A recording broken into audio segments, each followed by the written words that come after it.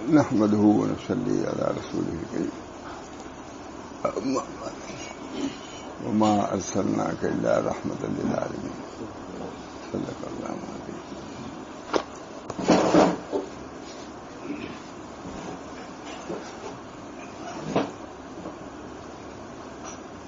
یہ کتاب ہے جو سنا رہا ہوں کئی دن سے.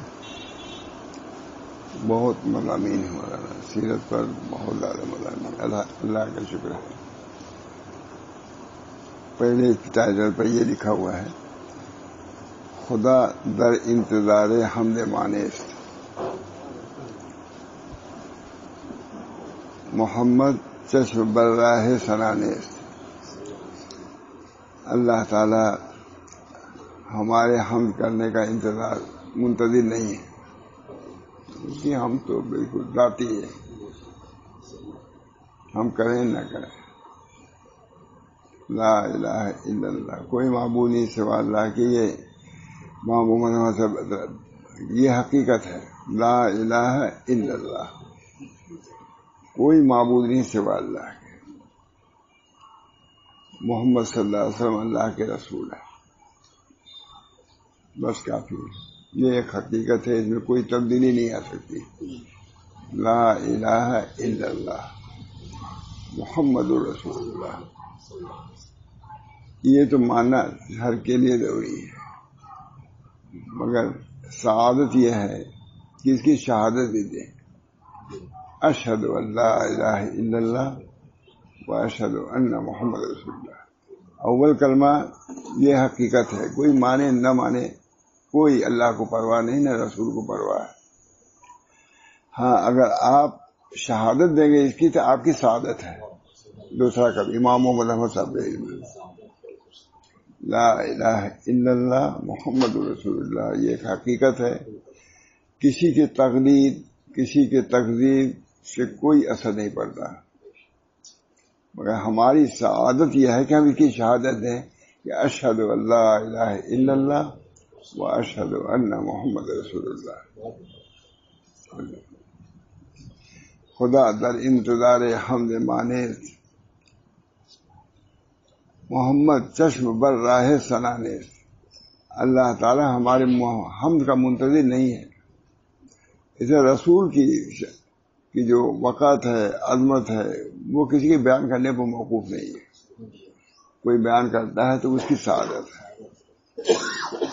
محمد چشم بر راہ سنانست، اللہ اپنے حمد کا منتظر نہیں، اور نبی اکرم صلی اللہ علیہ وسلم بھی اپنی تعریف کے منتظر نہیں ہے.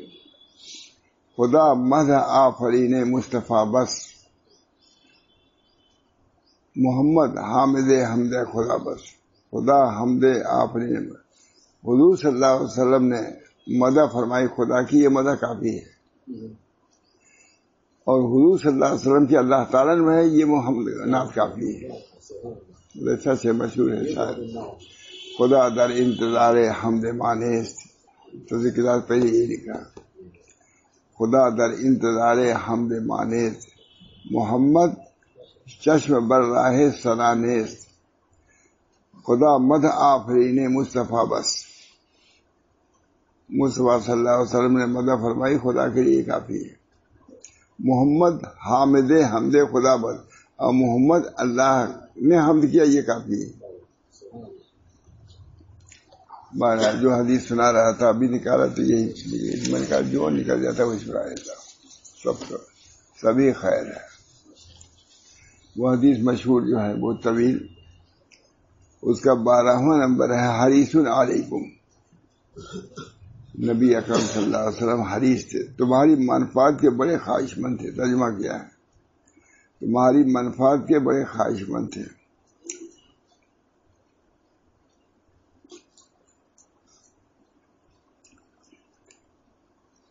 جب حرص کا استعمال اعلیٰ کے سلے سے کیا جاتا ہے تو اس کے معنی شدت طلب ہوتے ہیں.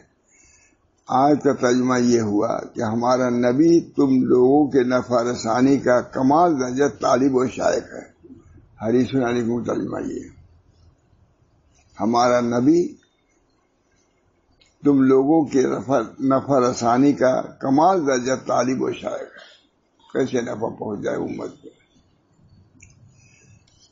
آیت بالا سے باوضوح ثابت ہے کہ نبی کریم صلی اللہ علیہ وسلم کو بنی نوع انسان کے مفاد اور رفاہ و صلاح کے آرزو بدرجہ کمال تھی. سورہ یوسف میں ہے بہت لوگ ہیں جو ایمان نہ لائیں گے اگرچہ تجھ کو ان سے ایمان لانے کی بڑی چاہت ہے. بہت سے لوگ ایمان نہیں لائیں گے. آپ کو چاہت ہے, آپ کو چاہتے ہیں کہ سب مسلمان ہو جائیں, لیکن یہ تقدیری بات ہے, سب لوگ ایمان نہیں لائیں گے. بہت لوگ ہیں جو ایمان نہ لائیں گے اگرچہ تجھ کو ان سے ایمان لے آنے کی بڑی چاہت ہے. اس آیت کے بھی سے استفادہ ہوا تو حضور اقدس صلی اللہ علیہ وسلم کا منتہائے نظر اور کمال آرزو یہی تھا کہ تمام عالم کے سر ایک ہی مالک وحدہ لا شریک کے سامنے جھک جائے.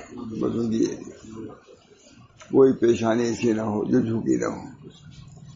اس آیت سے استفادہ ہوا کہ حضور اقدس صلی اللہ علیہ وسلم کا منتہائے نظر اور کمال آرزو یہی تھا کہ تمام عالم کے سر ایک ہی مالک وحدہ لا شریک لہو کے سامنے جھک جائے. رب واحد کا دین واحد, رب واحد کا دین واحد ہی تمام اصناف انسانی کو متحد و متفق بنانے والا ہے. رب واحد اور دین واحد جب یہ دونوں آئیں گے تو آپس میں وحدت پیدا ہو جائے گی. رب واحد کا دین واحد ہی تمام اصناف انسانی کو متحد و متفق بنانے والا ہے. قریش کے سردار عتبہ نے ایک بار نبی کریم صلی اللہ علیہ وسلم سے مل کر یہ عرض کیا تھا, کیا تم مال دولت چاہتے ہو؟ عتبہ نے, قریش کے سردار عتبہ نے ایک بار نبی کریم صلی اللہ علیہ وسلم سے مل کر یہ عرض کیا تھا, کیا تم مال و دولت چاہتے ہو؟ میرا ذمہ ہے کہ سب سے زیادہ زر و مال تیرے پاس جمع کر دوں گا. کتنا مال چاہتے ہو, مگر یہ چھوڑو, یہ جو کام جو کر رہے ہیں دعوت کا یہ چھوڑو. کیا تم ریاست کے خواہاں ہو, بادشاہ چاہتے ہو؟ ہم سب تجھے اپنا رئیس تسلیم کر لیتے ہیں, تب ہمارے بادشاہ تم ہی ہو. کیا تم تخت قائم کرنا چاہتے ہو؟ میں سارے عرب سے تیری فرمانروائی کی تصدیق کرا دوں گا, سب لوگ مان لیں گے تم کو. نبی کریم صلی اللہ علیہ وسلم نے فرمایا, مجھے نہ زر و دولت کی ضرورت ہے اور نہ ریاست و حکومت کی آرزو ہے. میں تو رب العالمین کا پیغام لے کر آیا ہوں اور اسی کے پیغام کا ہر ایک سننے والے کے کان تک پہنچانا میرا مقصود ہے, اور اسی کے پیغام کا ہر ایک سننے والے کے کان تک پہنچا دینا میرا مقصود ہے. اصلی جو دعوت لے کے آیا ہوں ہر شخص کے کانوں تک پہنچا دینا چاہتا ہوں. ایک بار ابو جہل لعین نے حضور اقدس صلی اللہ علیہ وسلم کو مضروب کیا, مارا, یہ بھی ہے مضروب کیا. ایک بار ابو جہل لعین نے حضور اقدس صلی اللہ علیہ وسلم کو مضروب کیا. حضرت حمزہ ام رسول اللہ صلی اللہ علیہ وسلم نے یہ واقعہ سنا, چچا تھے, تو انہوں نے ابو جہل کو جا پیٹا, ہمارے بھتیجے کیوں مارا تم نے؟ اور پھر نبی صلی اللہ علیہ وسلم کو آ کر بتایا کہ محمد تم کو خوش ہونا چاہیے کہ میں نے ابو جہل سے تمہارا انتقام لے لیا. نبی صلی اللہ علیہ وسلم نے جواب دیا, مجھے انتقام وغیرہ سے کوئی تعلق نہیں. ہاں تم مسلمان جاؤ تو مجھے خوشی ہوگی. ہاں تم مسلمان ہو جاؤ تو خوشی. سیدنا حمزہ کے دل میں یہ بات جم گئی اور وہ مسلمان ہو گئے.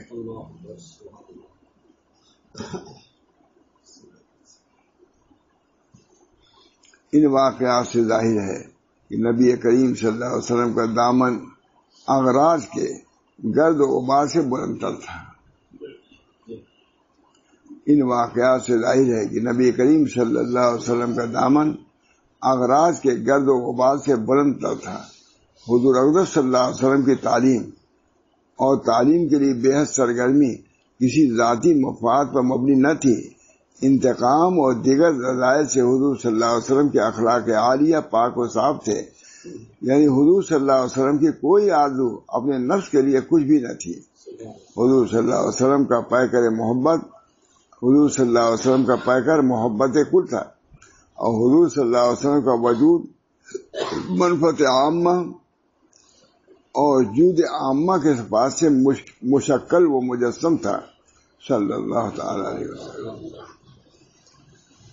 ذرا حضور صلی اللہ علیہ وسلم کی ان عدیہ پر نظر ڈالو جو وقتاً فوقتاً حضور صلی اللہ علیہ وسلم نے امت کے حق میں فرمائی ہیں۔ وفات سے ایک ماہ پیشتر ایک خطبہ کے آغاز میں فرمایا، مسلمانوں اللہ تم کو سلامتی سے رکھے۔ ایک مہینہ پہلے خطبہ، اس پہ کتنی دعا کی ضرورت ہے۔ اللہ تعالیٰ فکر تھی تو امت کی تھی۔ مسلمانوں اللہ تم کو سلامتی سے رکھے، تمہاری حفاظت فرمائے، تمہیں شر سے بچائے۔ دعا، مسلمانوں اللہ تم کو سلامتی سے رکھے، تمہاری حفاظت فرمائے، تمہیں شر سے بچائے، تمہاری مدد کرے، تم کو بلند کرے، ہدایت اور توفیق دے، اپنی پناہ میں رکھے۔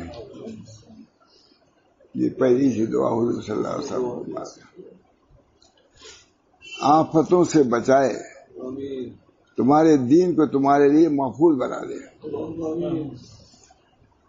ذرا ان الفاظ پر غور کرو کہ ایک کے بعد دوسری دعا اور دوسری کے بعد تیسری دعا، دعائے برکت دیتے تھکتے ہی نہیں۔ یہ اس صفت حریص علیم کا ظہور ہے۔ ایک کے بعد یہ بھی کرے، وہ بھی کرے، یہ بھی۔ ذرا ان الفاظ پر غور کرو، ایک کے بعد دوسری دعا، دوسری کے بعد تیسری دعا، گویا دعائے برکت دیتے ہوئے تھکتے ہی نہیں تھے۔ یہ اسی صفت حریص علیکم کا ظہور ہے، اور یہ خصوصیت ذات ہماری ہی کی ہے، بس حضوری کی ہے۔ یا رب صلی وسلم دائما ابدا علی حبیب خیر خلق کلہم۔ 12ویں صفت وہی ہے، بالمومنین رؤوف الرحیم۔ اپنے نبی کی معرفت تو ہو، ایمانداروں کے ساتھ بڑے ہی شفیق اور مہربان ہیں۔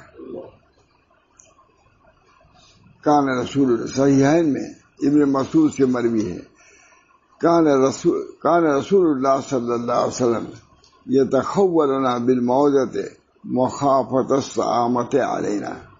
یہ چیزیں پیش نظر نہیں رہتی کہ نبی کریم صلی اللہ علیہ وسلم ہم کو گاہ بگاہ واعظ فرمایا کرتے تھے، ہر وقت نہیں۔ نبی کریم صلی اللہ علیہ وسلم ہم کو گاہ بگاہ واعظ سنایا کرتے تھے، اس اندیشہ سے کہ روزانہ واعظ کا سننا ہم پر گرا نہ گزرے۔ کتنی بڑی بات، جبکہ اسی لیے آئے تھے تشریف۔ نبی کریم صلی اللہ علیہ وسلم کا یہ اصول ازراہ شفقت و رافت تھا کہ سامعین جس قدر بھی سنیں نشاط طبع سے سنیں، اور آئندہ کے لیے شوق تمام باقی رہے، اور آئندہ کے لیے شوق تمام باقی رہے۔ عادت مبارکہ تھی کہ جب بحالت نماز کسی بچے کے رونے کی آواز سن پاتے تو نماز ہلکی فرما دیتے۔ عادت مبارکہ تھی کہ جب بحالت نماز کسی بچے کے رونے کی آواز سن پاتے تو نماز ہلکی فرمائے تھے کہ ماں بچے کو جلد سنبھال سکے، بیٹی نماز سنبھال لے گا۔ اس پر نہیں سکتا، یہ نہیں کہ ایسے ماں ہو گئے عرش پر کسی کو کچھ پتہ ہی نہیں۔ اس وقت آپ کو نیچے ہی اترنا ہے۔ ایک عارف سے کسی نے پوچھا، مدارج السالکین میں کسی عارف سے کسی نے پوچھا اگر کسی کا ہاتھ عرش کا پایا پکڑے ہوئے ہو، عرش کا، اتنے میں اذان ہونے لگے تو کیا کرنا چاہیے اس کو؟ فرمایا بہت زبردست، کہا عرش کا پایا چھوڑ دو، اللہ کے منادی کی ندا کی اقتدا کرو اور نیچے اترو عرش سے. یہ کتنی بڑی مال ہے. عرش کا پایا چھوڑ دو، ابن قیم کا یہ ہے، عرش کا پایا چھوڑ دو اور اللہ کا منادی جو حی علی الصلاۃ کہہ رہا ہے اس کی اجابت کرو، آؤ زمین پر. اب پھر جا کے عرش، یہ بھی لکھا ہے پھر جا کے عرش کو پکڑ لینا، لیکن اس وقت تم کو زمین پر آنا ہے. یہ معرفت ہے کہ نہیں؟ یہ معرفت کا علم بھی نہیں، چیزوں کا علم بھی نہیں ہوتا، رسمی چل چیزیں. اس سے ایمان بڑھتا ہے کہ نہیں؟ کہ شریعت مقدسہ کی کتنی اہمیت ہے، اس حی علی الصلاۃ کی کتنی اہمیت. عرش کا پایا پکڑے ہوئے ہے، چھوڑ دو اس کو، منادی رب کی اجابت کرو، رب تم کو بلا رہا ہے، چھوڑو عرش کو اور پھر جا کے پکڑ لینا. یہ بھی لکھا ہے، یہ مجھے تو اس پر تعجب ہے کہ یہ بھی لکھ دیا. یہ ہے دین مولانا، حقیقی دین، توحید، واحد. چھوڑ دو عرش. اپنی ایک بات ہے بیان کرنے کو جی نہیں چاہتا، لیکن وہاں جو لوگ حج میں گئے ہیں آگے والی سفر ریاض الجنت کے باہر ہے. اب کئی صف ہے جو آپ باہر پڑیں گے، تو ظاہر ہے کہ ریاض الجنت میں بیٹھنے کا موقع ملتا تھا. کیونکہ میں 78 میں گیا تھا، بہت زیادہ. لیکن میں ظہر کی نماز کے بعد میں ابراہیم صاحب سے میں نے بیان کر دیا، شاہجہاں بہت خوش ہوئے. میں نے کہا ظہر کی نماز کے بعد میں ریاض الجنت سے نکال کر کے پہلی سمجھ چلا جاتا تھا. ریاض الجنت کا قیام اپنی جگہ پر متبر ہے، لیکن صف اول کی فضیلت اپنی جگہ پر الگ ہے. وہ ریاض الجنت سے بھی بڑھ کے ہے صف اول میں جانا. تو میں نے کہا کہ حضرت سے کہ میں حضرت ظہر میں پہلی سمجھ چلا جاتا تھا. بہت خوش ہوئے. صف اول کے یقین رکھو کہ صف اول سے بڑھ کے کوئی محبوب صف نہیں ہے اللہ کے نزدیک.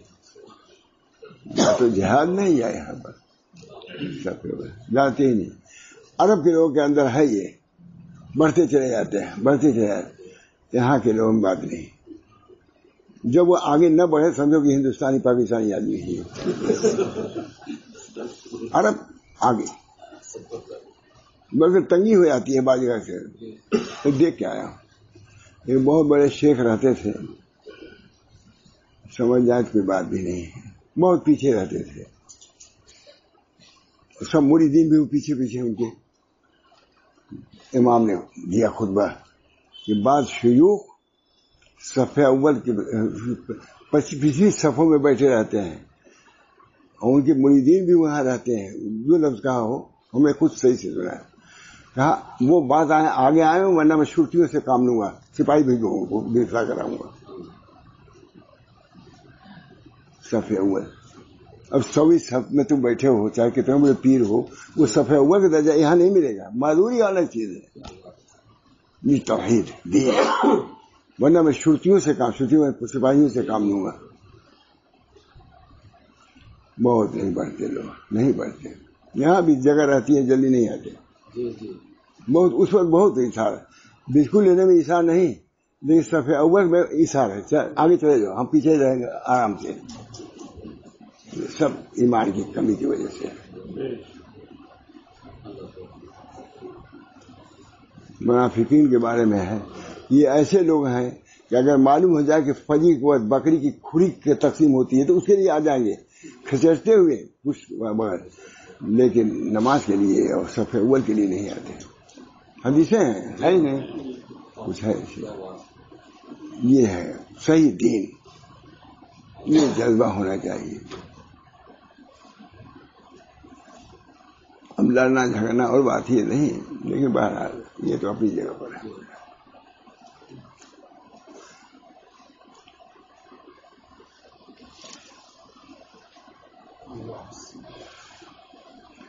عادت مبارکہ تھی سے سوار ہو کر کسی کو پیادہ ہم رکعت چلنے کی اجازت نہ فرماتے تھے، اگرچہ بہت فدائی اس خدمت کی تمنا رہتے تو اسے سوار کرا لیتے تھے یا واپس فرما دیتے تھے. پتہ نہیں عادت مبارکہ تھی کہ کوئی مسلمان مقروض مر جاتا تو اس کا قرض بیت المال سے قبل تدفین ادا فرما دیتے تھے، مگر خود کسی مردہ کا مال قبول نہ فرما دیتے. فرمایا کرتے تھے کہ کسی غیبت میرے سامنے مت کرو، اپنے لوگوں کو مطمئن. فرمایا کرتے تھے کہ کسی غیبت میرے سامنے مت کرو، میں نہیں چاہتا کہ کسی کی طرف سے میرے دل میں کوئی فرق آئے. یہ حضرت ہمارے سناتے کہ مجھ کو ایسے حال میں نہ ہو لوگوں میں کہ جب میں منقبض القلوب ہوں، قلب میں میرے انقباض ہو، ایسی صورت میں لوگوں کے سامنے نہیں آنا چاہتا. میں ایسی صورت میں آنا چاہتا ہوں منشرۃ القلوب، قلوب میں انشراح اس صورت میں آنا چاہتا ہوں تاکہ لوگوں کے میرے فیوض سے فائدہ ہو. اور انقباض اگر ہوگا تو کیا فرق پہنچے گا؟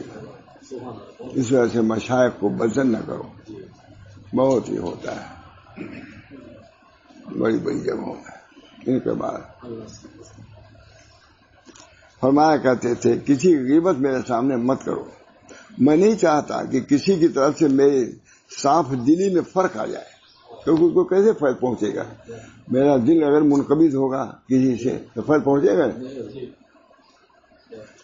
بارہا ایسا ہوا کہ ساری رات امت کے حق میں دعا کرتے ہوئے گزر جاتی تھی. چھوٹے بچوں کو پیار کیا کرتے تھے، یہ دوسری بات، چھوٹے بچوں کو پیار کرتے، ان کو خود سلام کیا کرتے. حضرت عمر کے یہاں ایک کوئی سفیر آیا دوسرے ملک سے، اس نے پوچھا بھائی بڑا روب داب ان کا ہے، ایسے بچوں کے ساتھ ان کا کیا معاملہ ہے؟ کہا بچوں کے ساتھ بہت شفیق ہے. کہا وہ سخت آدمی نہیں ہے، جو بچوں سے شفیق وہ سخت آدمی نہیں ہے، ہم ملیں گے اس سے. یہ ماشاء اللہ صاحب بیان کرتے. اب روایت کہاں ہے؟ اچھا ہے، ہاں نقل کر دیا ہم نے، چاہے کوئی پڑھے نہ پڑھے، اتنی کتابیں. میں اس کا حریص ہوں کہ جمع کر دوں. ابھی صبح بہت دیر تک ہم لوگ اٹھے.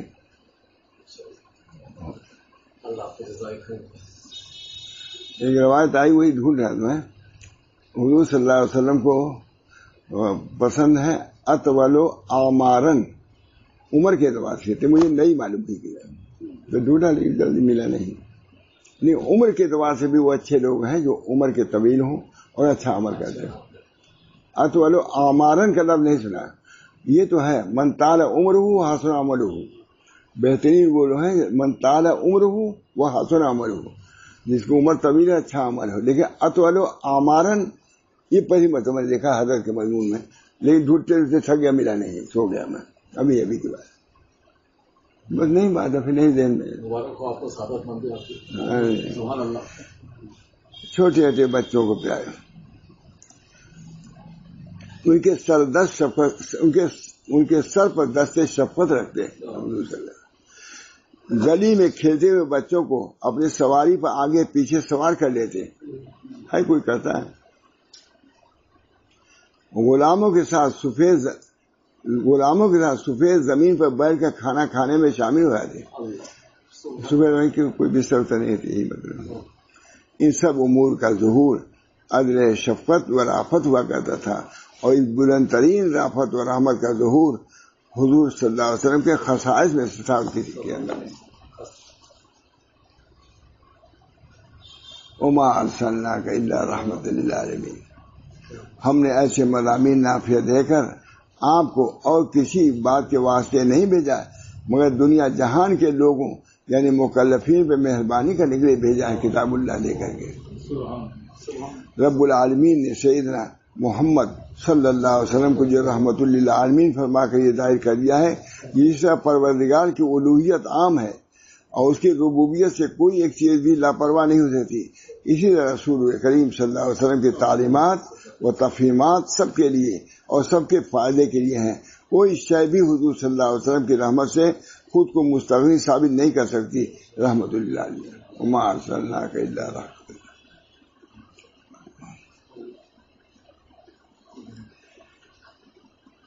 لفظ رحمت ایسا لفظ ہے جس کا استعمال نبی کریم صلی اللہ علیہ وسلم ہی کے لیے استعمال ہوا ہے، حضور صلی اللہ علیہ وسلم کے سوا دوسرے کے لیے نہیں ہوا۔ ہم دیکھتے ہیں کہ اللہ تعالیٰ نے فرمایا وَرَحْمَتِي وَسِعَتْ كُلَّ شَيْءٍ، میری رحمت تمام اشیاء کو محیط ہو رہی ہے۔ پر جب نبی صلی اللہ علیہ وسلم کو جملہ عالمین کے لیے رحمت بنایا گیا ہے تو ثابت ہو گیا کہ حضور صلی اللہ علیہ وسلم کی نبوت بھی جملہ عالمین کے لیے ہے۔ یہ یاد رکھنا چاہیے کہ رحمت للعالمین وہی وجود مزکہ ٹھہرے گا جس نے اہل عالم کے بہبود اور سود، عالم کی بہبود و سود و رفع و فلاح، خیر و صلاح، عروج و ارتقاء، صفا و بہا کے لیے بلا شبہ، بلا شائب غرض اور بلا آمیزش طبع اپنے مقدس زمین کو صرف کر دیا۔ یہ تو اچھا لکھا بھائی، یاد رکھنا چاہیے کہ رحمت للعالمین وہی وجود وہ مزکہ ٹھہرے گا وجود جس نے اہل عالم کے بہبود و سود اور رفع و فلاح، خیر و صلاح، عروج و ارتقاء، صفا و بہا کے لیے بلا شبہ، بلا شعب غرض، بلا آمیزش طبع اپنے مقدس زمین کو صرف کیا ہے، زندگی کو صرف کر دیا، جس نے بندوں کو اللہ سے ملا دیا ہے، اس لیے تاکہ بندے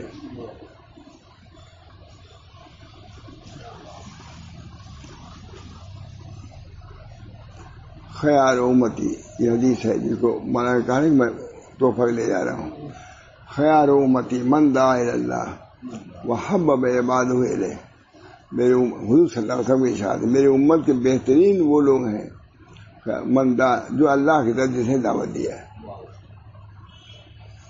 دعوت تو چلی رہی ہے، ایک سے ایک دعوت، کھیل تماشا ناچ گانا، دعوت ہی تو چل رہی ہے۔ خیار امتی من دعا الی اللہ وحبب عبادہ الیہ، میری امت کے بہترین وہ لوگ جو ہیں اللہ کی طرف دعوت دے رہے ہیں اور اللہ کے بندوں کو اللہ کا محبوب بنا رہے ہیں، یہ سب سے بڑا کام۔ مولانا نے کہا میں اس حدیث کو بطور تحفہ لے جا رہا ہوں، خیار امتی من دعا الی اللہ وحبب عبادہ الیہ، خالی وہ حدیث مشہور ہے خیر امتی من دعا، یہ خیرکم من تعلم القرآن وعلمہ، یہ تو ہے، لیکن یہ حدیث اس حقیقی سے یہاں سنے گا۔ اب چونکہ بتایا کرا رہتا ہوں تو نئی نئی حدیثیں بھی ملتی رہتی ہیں۔ خیار امتی من دعا الی اللہ وحبب عبادہ الیہ، میرے امت کے بہترین وہ لوگ ہیں جو اللہ کی طرف دعوت دیتے ہیں۔ دعوت تو چلی رہی ہے، کھانے کی دعوت ہے، ناچ گانے کی دعوت ہے، عیاشی پہاجی کی دعوت ہے کہ نہیں؟ دعوت چل رہی ہے، ہم لوگ بہت سی چیزوں کا غافل ہیں لیکن چل رہی ہے دعوت، ظلم ستم کی دعوت ہے، سب کچھ ہے۔ بہت عمدہ، خیار امتی من دعا الی اللہ وحبب عبادہ الیہ، اور اللہ کے بندوں کو اللہ کا محبوب ہے، سب سے بڑا کام یہی ہے۔ اللہ تعالی بہرحال یہ یاد رکھنا چاہیے کہ رحمت للعالمین وہی وجود مزکہ ٹھہرے گا جس نے اہل عالم کے بہبود، وسود، رفع و فلاح و خیر و صلاح، عروج ارتقاء، صفا و بہا کے لیے بلا شعب غرض، بلا آمیزش طبع اپنے مقدس تر زندگی کو صرف کر دیا ہے۔ یہ ہے جس نے بندوں کو اللہ سے ملایا ہو، جس نے الہی جلوہ انسانوں کو دکھایا ہو، جس نے الہی جلوہ انسانوں کو دکھایا ہو، جس نے دل کو پاک، روح کو روشن، دماغ کو درست، طبع کو ہموار بنایا ہو، جس کی تعلیم نے امن عامہ کو مستحکم اور مصلحت عامہ کو استوار کیا ہو، یہ ہونا چاہیے۔ جو غریبی و امیری، جوانی و پیری، امن و جنگ، امید و ترنگ، گدائی و بادشاہی، مستی و پارسائی، رنج و راحت، حزن و مسرت کے ہر درجہ ہر پایا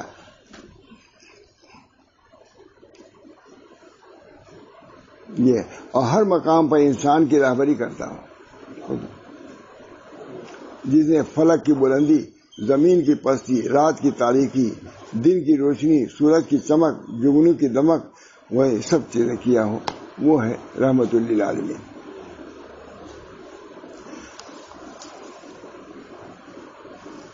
وہ غریب، محب، شاہوں کا تاج، غلاموں کا محسن، بے آسراؤں کا آسرا ہے۔ اگر رحمت للعالمین کے لقب سے ملقب نہ ہوگا تو پھر اور کون ہوگا؟ بہت سی چیزیں لکھی۔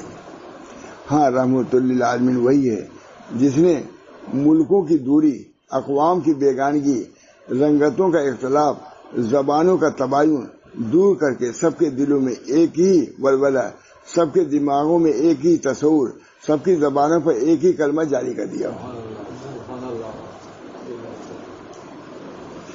ہاں، رحمت للعالمین وہی ہے جو بندہ کو اللہ کے حضوری تک لے جاتا ہے، ادعونی استجب لکم کی قدسی آواز سے آشنا بناتا ہے مجھ سے،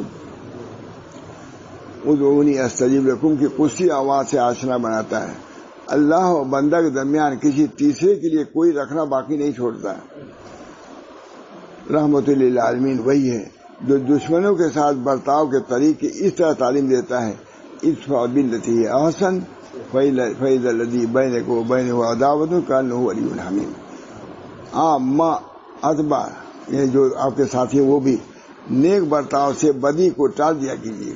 آپ بھی صحابہ کے بارے میں بول رہا ہے، پھر ایک آپ میں اور جس شخص میں عداوت تھی وہ ایسا ہو جائے گا جیسا کوئی دلی دوست ہوتا ہے۔ یہ آپ نے تعلیم دیا اسی۔ رحمت للعالمین وہ ہے جو اخوت و محبت کا نام نعمت الہی رکھتا ہے۔ فَأَصْبَحْتُمْ بِنِعْمَتِهِ إِخْوَانًا، تو تم اللہ کے انعام سے آپس میں بھائی بھائی ہو گئے۔ یہ بہت نقطہ یہ لکھ رہے ہیں کہ جیسے اور نعمت ہے اسی طرح بھائی بھائی ہو جانا، یہ سب سے بڑی حضور کی کتنا اختلاف تھا حضور صلی اللہ علیہ وسلم کی برکت سے دونوں الفت بین قلوبہم، یہ بہت اچھا ہے۔ رحمت للعالمین وہ ہے جو اخوت و محبت کا نام نعمت الہی رکھتا ہے، یعنی بھائی چارگی ہونا یہ اللہ کی نعمت ہے، اور اختلاف ہو جاتا کیا زحمت نہیں ہو جاتی تھوڑا سے؟ وہ رحمت بہت عمدہ ہے۔ رحمت للعالمین وہ ہے جو اخوت و محبت کا نام نعمت الہی رکھتا ہے، جہاں سے کیا ہے فَأَصْبَحْتُمْ بِنِعْمَتِهِ إِخْوَانًا، اللہ وہ ذات ہے کہ تم پر احسان کیا جس کی وجہ سے آپس میں تم بھائی بھائی ہو گئے۔ رحمت للعالمین وہ ہے جو معاملات انسان میں عداوت و نفرت کے تاثرات سے ہم کو علیحدہ رکھنے کا حکم دیتا ہے۔ لا یجرمنکم، کسی خاص لوگوں کی عداوت تم کو اس پر باعث نہ ہو جائے کہ تم عدل نہ کرو۔ عدل کیا کرو کہ وہ تقوی سے زیادہ قریب ہے، اللہ تعالیٰ سے ڈرو، بلا شبہ اللہ تعالیٰ کو تمہارے سب اعمال کی پوری خبر ہے، یعنی غیر بھی ان کے ساتھ بھی بدمعاشی یا عدل کے خلاف نہ کرو۔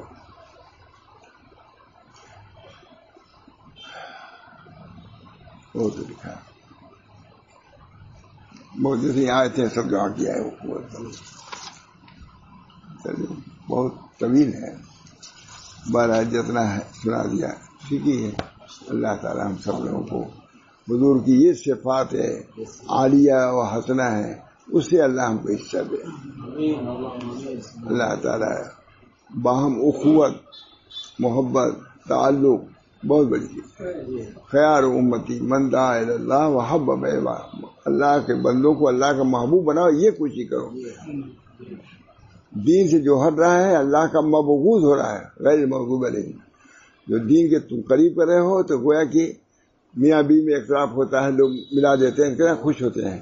باپ بیٹے میں اختلاف ہوتا ہے بہت ملا، جو رب اور مربوب میں جو صلح کرا دے اس سے بڑھ کے کوئی نعمت ہو نہیں سکتی۔ رب کو اپنے چھوڑے ہوئے ہیں۔